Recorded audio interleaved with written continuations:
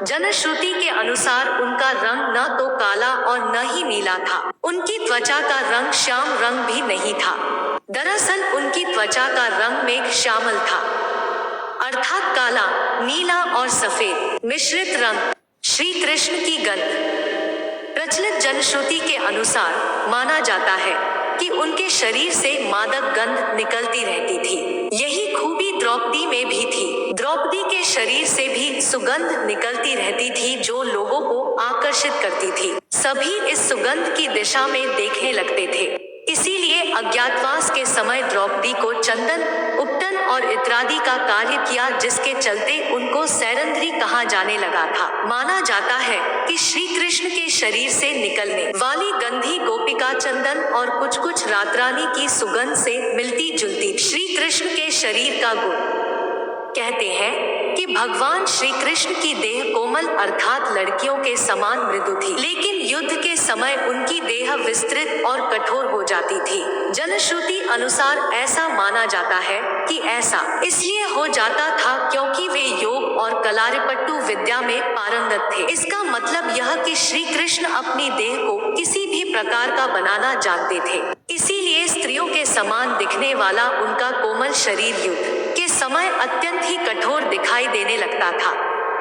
यही गुण कर्ण और द्रौपदी के शरीर में भी था। सदा जवान बने रहे श्री कृष्ण। जनश्रुति के अनुसार भगवान श्री कृष्ण ने जब देह त्याग किया तब उनकी देह के केश न तो श्वेत थे और न ही उनके शरीर पर किसी प्रकार से झुर्रियां पड़ी थी, अर्थात वे 119 वर्ष की उम्र में भी युवा जैसे ही थे।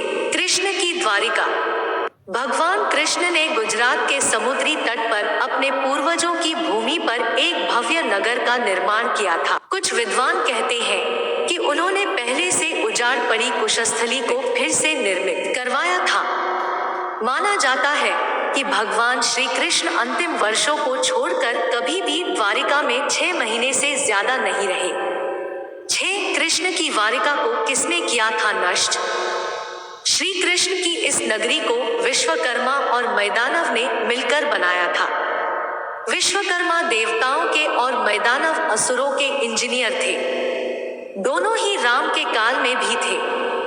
इतिहासकार मानते हैं कि द्वारिका जल में डूबने से पहले नष्ट की गई थी। किसने नष्ट किया होगा द्वारिका को? यह सवाल अभी भी बना हुआ है। हालांकि समुद्र के भीतर द्वारिका के अवशेष ढूंढ लिए गए हैं। वहां उस समय के जो बर्तन मिले हैं वो 1528 ईसा पूर्व से 3000 ईसा पूर्व के बताए जाते हैं। ईसा मसीह थे भगवान कृष्ण के भक्त। उन्होंने कश्मीर के एक बौद्ध मठ में रहकर ध्यान साधना की थी। यहीं पर उनकी समाधि भी है।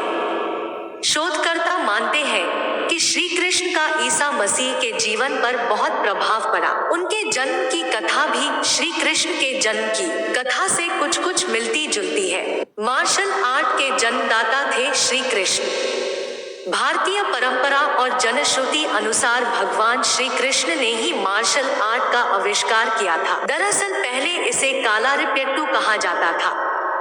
इस विद्या के माध्यम से ही उन्होंने चाणूर और मुष्टिक जैसे मल्लों का वध किया था। तब उनकी उम्र 16 वर्ष की थी। मथुरा में दुष्ट रजक के सिर को हथेली के प्रहार से काट दिया था। जनश्रुतियों के अनुसार श्री कृष्ण ने मार्शल आर्ट का विकास ब्रज क्षेत्र के वनों में किया था।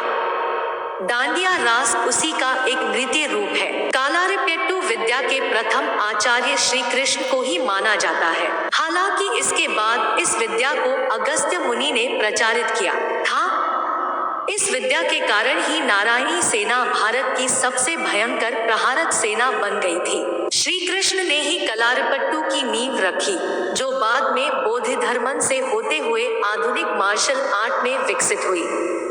बोधिधर्मन के कारण ही यह विद्या चीन, जापान आदि बौद्ध राष्ट्रों में खूब फली फूली। आज भी यह विद्या केरल और कर्नाटक में प्रचलित है।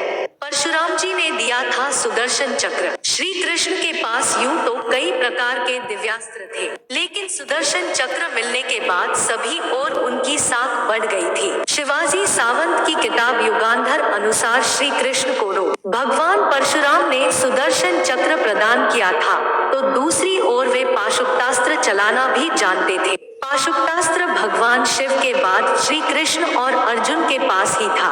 इसके अलावा उनके पास प्रस्वपास्त्र भी था, जो भगवान शिव, वसुगण, भीष्म के पास ही था।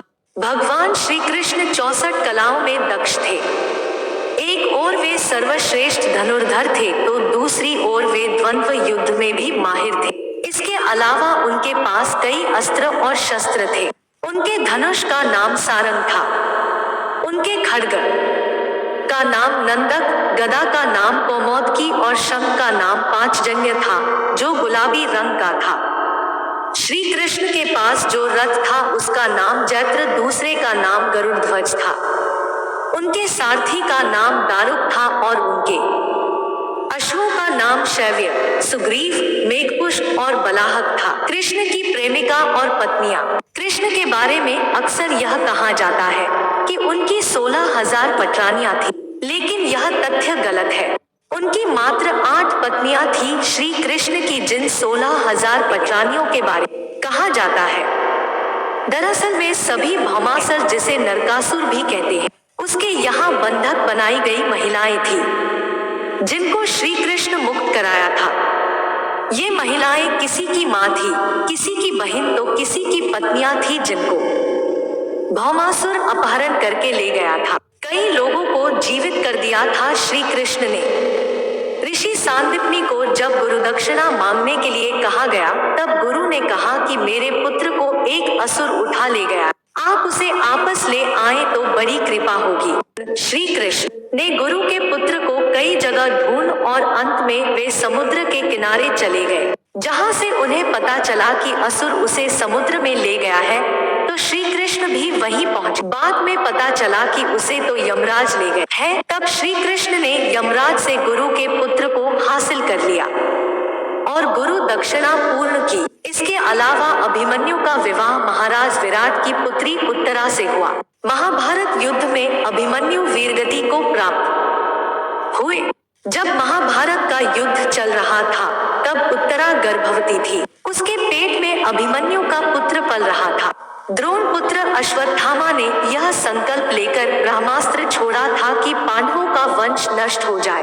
द्रोण पुत्र अश्वत्थामा के ब्रह्मास्त्र प्रहार से उत्तरा ने मृत शिशु को जन्म दिया था, किंतु भगवान श्री कृष्ण ने अभिमन्यु उत्तरा पुत्र को ब्रह्मास्त्र के प्रयोग के बाद भी फिर से जीवित कर दिया।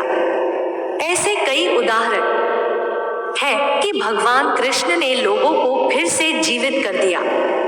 भीम पुत्र घटोत्कच के पुत्र बर्बरी की गर्दन कटी होने के बावजूद श्री कृष्ण ने उसे महाभारत युद्ध की समाप्ति तक जीवित रखा। बहुत कम लोग ये जानते होंगे कि श्री कृष्ण ने अपनी माता देवकी के 6 मरे हुए पुत्रों को भी वापस बुलाया था। श्री कृष्ण ने देवकी वासुदेव की मुलाकात उनके 6 मृत बच्चों से करवाई थी। यह 6 बच्चे हिरण्यकश्यप के पोते थे और एक शाप में जी रहे थे। श्री कृष्ण का दिल हिंदू धर्म के बेहद पवित्र स्थल और 4 धामों में से एक जगन्नाथपुरी की धरती को भगवान विष्णु का स्थल माना जाता है। जगन्नाथ मंदिर से जुड़ी एक बेहद रहस्यमय कहानी प्रचलित है। स्थानीय मान्यताओं अनुसार कहते हैं कि इस मूर्ति के भीतर भगवान कृष्ण का दिल का एक पिंड रखा हुआ है, जिसमें ब्रह्मा विराजमान है। भगवान श्री कृष्ण से जेल में बदली गई यशोदा पुत्री का नाम एकानंशा था, जो आज विंध्यवासिनी देवी के नाम से पूजी जाती है। भगवान श्री कृष्ण की प्रेमिका राधा का वर्णन महाभारत, हरिवंश पुराण, विष्णु पुराण व भागवत पुराण में नहीं है। उनका उल्लेख ब्रह्मवैवर्त पुराण, गीत गोविंद व प्रचलित जनश्रुतियों में रहा है। भगवान श्री कृष्ण ने श्रीमद् भगवत गीता के रूप में आध्यात्मिकता की वैज्ञानिक व्याख्या दी, जो मानवता के लिए आशा का सबसे बड़ा संदेश थी, है और सदैव रहेगी। अगर आपको मेरी वीडियो अच्छी लगी तो मेरे चैनल को सब्सक्राइब करना ना भूलें।